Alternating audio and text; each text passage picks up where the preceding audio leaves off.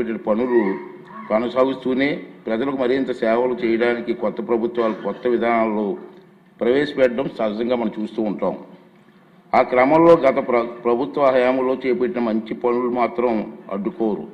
కానీ అందుకు భిన్నంగా 2019 నుండి 2024 వరకు పాలకులు తమ చేతికి కొబ్బరికాయ దొరికినట్టు, తన చేతికి అన్నాను, వేరే అనలేదు, చేతికి అన్నాను, తన చేతికి కొబ్బరికాయ దొరికినట్టుగా ప్రవర్తించారు. ప్రజలకు మేలు చేసే ఏ మంచి పని కొనసాగరాదని ప్రతిజ్ఞ చేశారు.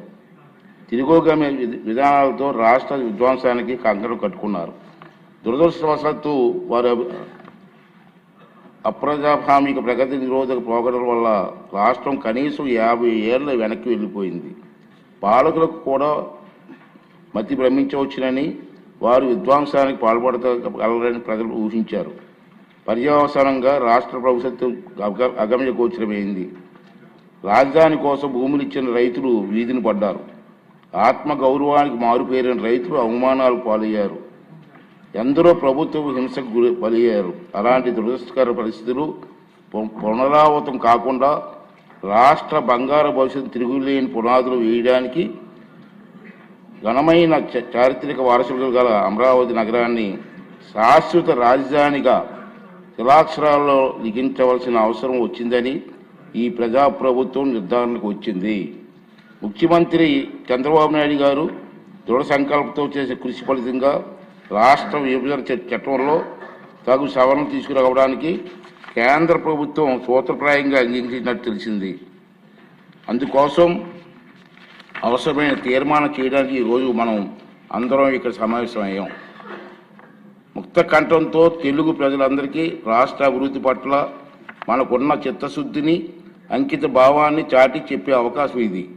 తెలుగు జాతి ప్రగతిని ఎవరు అడ్డుకోలేరు అని ఘంటాపథంగా ప్రకటించే అవకాశం ఇది. కనీసం ఈ రోజైనా ఆ 11 మంది వస్తారని ఆశించాను. ఈ తీర్మానం బలపరిచి తమ తప్పులను పశ్చాత్తాపడతారనుకున్నాను. కానీ చేసిన తప్పులను సభాముఖంగా ఒప్పుకునే ధైర్యం కానీ నిజాయితీ కానీ వారికి లేవని నాకు అర్థమైపోయింది.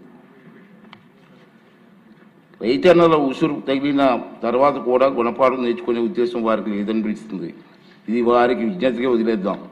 సభ్యులంతా ఈనాటి సమావేశానికి ప్రాముఖ్యతను అర్థం చేసుకొని అర్థవంతంగా నిర్మాణాత్మకంగా చర్చల్లో పాల్గొని ఈ అవకాశాలు సద్వినియోగం చేసుకుంటారని చెప్పి నేను ఆశిస్తున్నాను.